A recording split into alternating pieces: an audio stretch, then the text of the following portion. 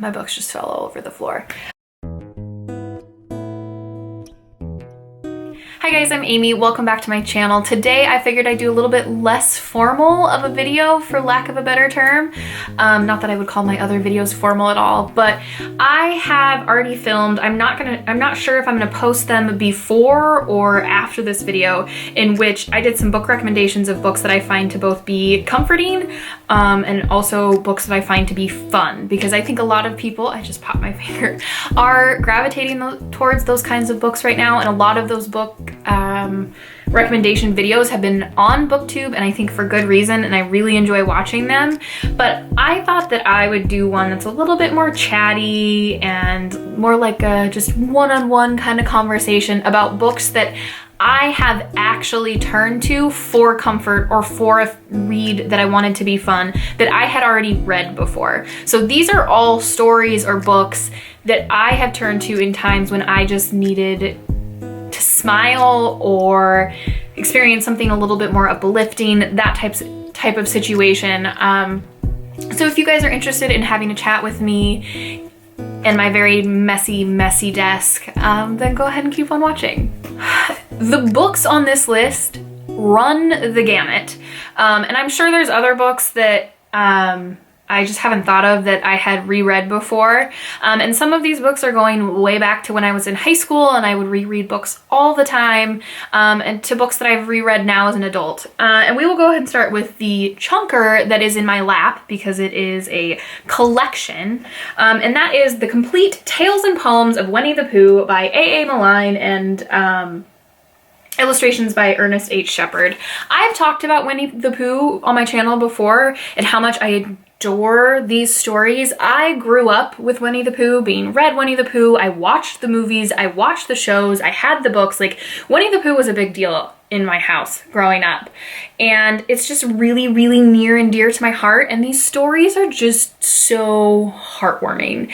And the quotes in them are just beautiful. And if you're looking for something that's really sweet and simple, and haven't really thought of Winnie the Pooh, maybe give it a shot. I mean, you're gonna know if this is your thing or not, but it's one that I come back to again and again and again, because they're also short stories. Like, you don't have to read an entire book or collection. You can just kind of pick and choose. And I mean, I think there are characters that we all know and love and are fairly iconic, and this book has been Loki modified, by the way. I'm aware that my dog has chewed on it. It was when he was a puppy. But anyway, it's a really, really charming story, and I think it stood the test of the time for a reason. So that's one that I would definitely recommend, and like I said, that I've turned to over and over and over again. Like, even to times when my anxiety would get the best of me when I was in high school and I would not be able to sleep, and I would just read Winnie the Pooh until I was tired or finally able to shut my brain off, that kind of situation. So like I said, maybe give that one a shot. I also have over here some romance novels, because back in the day, your girl read a lot of romance novels, like almost exclusively romance novels. But this is probably the series that I read as an adult that I have enjoyed the most, especially as a whole. Like, every single book in this series I have loved and read more than one time. And that is the Hellions of Halstead series by Sabrina Jeffries. There are 5 of them. And the whole premise of this series is that these 5 children, I think there's 3 brothers and 2 sisters. I don't know exactly. Anyway, that they lost their children. Good Lord. Their parents, years prior, under kind of mysterious, not so great circumstances. And their grandmother has kind of taken over their care. And they're notorious for not following the rules or following society's rules. I said the word again.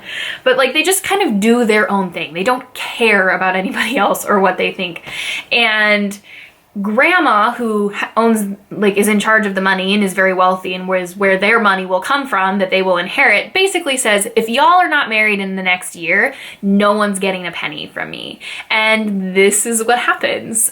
We start with the eldest brother, and I think the female in it is American. Yeah. But I love these. I mean, obviously there's sexy times, but they're just fun, and there's some adventure in it, so things happen and there's tension and, you know, the usual gig. But I've read these books so many times now just because I love them. My books just fell all over the floor. Now let's go to another series that I haven't read as an adult. No, I have read as an adult. I've read a couple of them as an adult. Is it focused on me? There we go.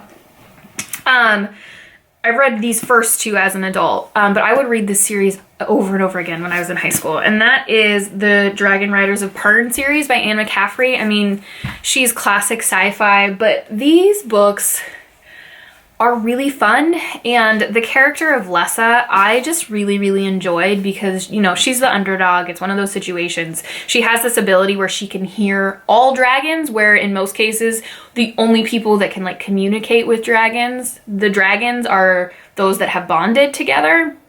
And that happens from the dragon's, like, birth or hatching. It's not a birth, hatching. So Lessa's this very special person and has this special ability, and she ends up at the Weir, I think is what they're called, to potentially become the rider of the queen dragon. And there's only like one queen dragon, but this is a 4-book series, I believe, and I really should reread it. I remember there was a romance that I absolutely adored. That comes up a lot in books that I find comforting. I don't know. Love. I love love. It's true. But great sci-fi books, and I remember reading them for the first time and just, like, having my mind blown, and just really liked them. I have one middle grade book that I had to have read it when I was in middle school for the first time, but I don't remember reading it for the first time. But again, this was one of those books that, like, in high school, and I think I even took it to college with me, that when I had trouble sleeping or was stressed out, that I would just pick up and read. And it would obviously not take me very long. It's a middle grade book. It's a book I've talked about before on my channel more than once. Is there a theme to this? And that is Once Upon a Marigold by Jean Ferris. The little subtext on the book says part comedy, part love story, part everything but the kitchen sink. And it's kind of exactly that. And that's the tone of this book. And I just love it. I mean, within the first page, you meet I think is he a gnome? No, he's not a gnome. I don't know. He lives in a cave. Why can't I think of what he is? A dwarf. Maybe he's a dwarf. I don't know. But he has 2 dogs named Beelzebub and Hecate.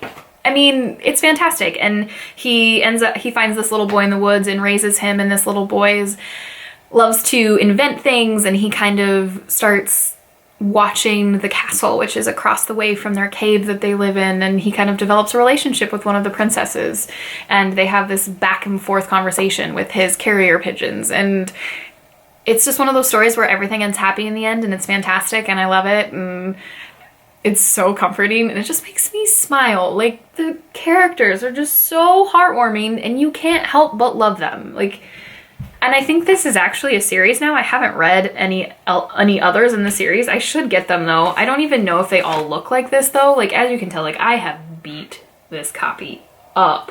But it's just fun. It's fun. And I like books that are fun. And this next book is going to be a surprise to no one. It was on my top 10 book of top 10s or favorite books of all time or whatever, that video that I did. I'll link it up here if you haven't seen it. And that is Little Women by Louisa May Alcott.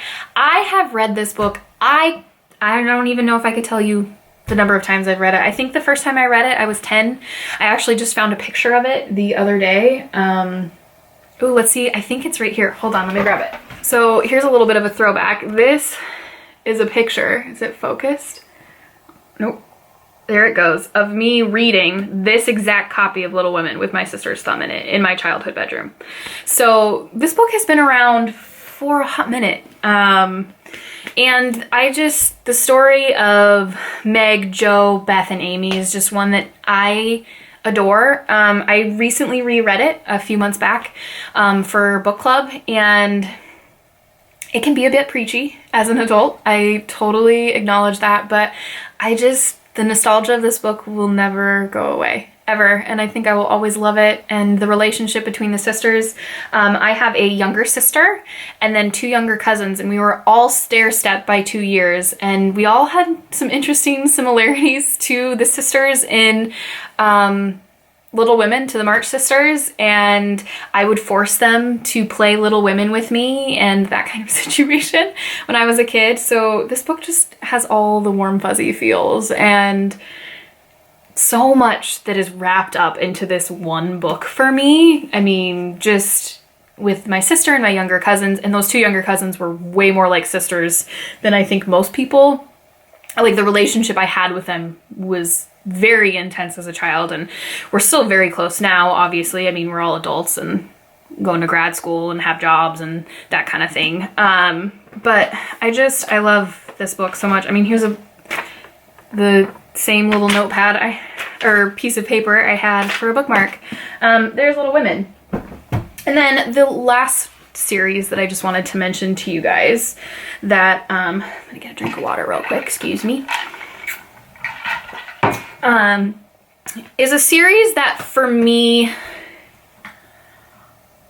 I feel the way about this series that I think most people feel about Harry Potter. This is the series that I return to over and over and over and over again, or just this author's works in general. I've read almost everything by her, not now because she's continued to publish and I need to get caught up. Feels like my earring's gonna fall out. But the love and obsession that people have with Harry Potter, I have for these books. And that is Tamara Pierce's The Immortal series. This book series, it's a quartet. Most of her series are quartets. I mean, she has the Circle of Magic series, the Lioness, the Song of the Lioness series, which is, anyway, she has tons. But this one in particular is about a young woman named Dane, and she has this magical affinity for animals. And that is just everything I've ever wanted in a book, and I don't necessarily think that that's changed. So Dane can communicate with animals, and she learns how to transform into animals, and she is able to meet, you know, the king and queen of the empire that she lives in, and gets to do some really, really cool special things, and she meets these creatures. And this is all happening in the backdrop of these immortal creatures from the realm of the gods start showing up, and they don't know why. And that's what this whole series is. But this book series just epitomizes my reading as a young adult. I first read Tamara Pierce when I was a 4th grader, and I picked a book up. It was the Circle of Magic series. It was Sandry's book because my best friend did. She read this book, and I was like, well, then obviously I have to read it. But then I just became obsessed with all of the books, and that's never changed. These books are so special to me. And don't get me wrong, I love Harry Potter just as much as the next person. I am full Hufflepuff. There is no denying how much this girl huffles, like through and through, but nothing can replace these books. Not even Harry Potter. And I started reading Harry Potter when I was a 5th grader. It came out when I was a 3rd grader. So I think the first 3 books were out when I finally started reading Harry Potter, but this was my Harry Potter before I found Harry Potter, and still is bested by Harry Potter. So these are books that just, I can't even tell you how many times I read this series, and specifically the last book in the series, The Realm of the Gods. I bet I've read this book at least 15 times. At least. I read it all the time. And maybe if you're looking for something a little bit different and outside your realm of things, I would say these books start out at like older middle grade and then work their way up to YA. And I think another thing that needs to be noted about Pierce that I just think is really cool and was happening, what she was doing with her books and her female characters was so incredible, especially for when she started writing these, because I think her first books came out in the 80s, is the fact that she has, most of her characters are women, young women who are powerful and strong. And I mean, her first book series is about a young woman who pretends to be a boy and then so that she can become a knight, and about how that empire changes through that, through those events. And just, there's so many strong female characters throughout every single one of these stories. The first book that I ever read that had any LGBTQ character and that I had never really even known existed was one of her books. And the sex positivity and consent and birth control, all of those things are discussed in these books and her other books. And I just think all of these topics are so important for people to be reading, for young people to be reading. And I needed to give these books a moment. I really need to do an author spotlight on her, but my goal is to catch up on all of her books before I do that, so I can literally talk about every single book that she's written. And maybe that should be my little project during this self-isolation time, but I just needed to give these books a moment and talk about them in a way that I don't normally get to talk about them on my channel. So maybe if you do read them, let me know, because or have read them. If you've read Pierce, please let me know and we can fangirl together. Like I said, she's my J.K. Rowling. Like, it's just what it is. I gotta call it like it is, and that's what it is. All right, guys, that's it. I just wanted to have kind of a, like I said, more informal discussion in a different area in my book room with my really pretty new Monstera deliciosa. I'm really into houseplants, guys. They're taking over my house, but in the best possible way. But like I said, if you guys, as always, like if you guys have read any of these books or plan on it, let me know what you thought, or what you're excited to read, and let me know what your personal comfort reads are. Like I said, I just wanted this video to be more of a video of my personal, very deeply involved with who I am as a person and where I've been and what I read and when I read it. Whereas the other videos that I filmed, the fun book recommendations and then the comfort read recommendations, were more books that I think a lot of people would find to be that. And some of these books I could have put on there. I think Little Women could be comforting to a lot of people, and Once Upon a Marigold is just a fun book, but these ones are just a little bit more close to home and special to me. So please let me know what your books are. What are your personal comfort read? Those deeply personal books that are just hugely defining in who you are as a reader. I find that so fun to learn about other people. But if you guys like this kind of informal, chatty video where I don't really do a whole lot of editing, please let me know. I do my talks and teas, but this is more book related. It's kind of in between those two situations. But if you liked it, let me know. I got kind of long, I got kind of chatty. Go figure, talking about some of my favorite books. But if you guys like this video, go ahead and give it a like. And if you loved it, please subscribe, and we will see you in my next video. Happy reading!